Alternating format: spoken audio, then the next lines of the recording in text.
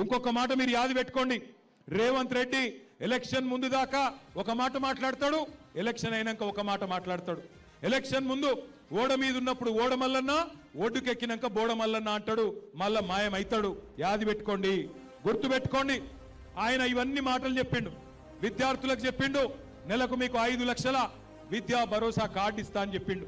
నిరుద్యోగులకు చెప్పిండు నెలకు 4,000 రూపాయల నిరుద్యోగ భృతి ఇస్తా అని చెప్పిండు. అట్లాగే 2 లక్షల ఉద్యోగాలు ఇస్తా అని చెప్పిండు. సంవత్సరంలో ఇవాళ 1 రూపాయి ఇవ్వలేదు.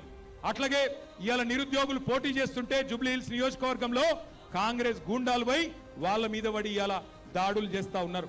2 లక్షల జాబులు లేవు, కానీ కాంగ్రెస్ వాళ్ళ జేబులు మాత్రం నిండుతా ఉన్నాయి.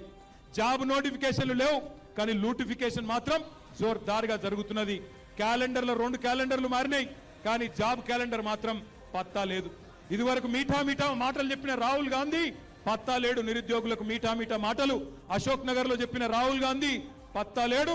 ఇవాళ పోలీసులతోని లాఠీలతో కొట్టిస్తున్నారు ఆ నిరుద్యోగులను. అందుకే నిరుద్యోగ యువకులు ఇవాళ విరుచుకపడుతున్నారు. ఈ కాంగ్రెస్ ప్రభుత్వానికి బుద్ధి చెప్పాలని వాళ్ళు తిరుగుతా ఉన్నారు.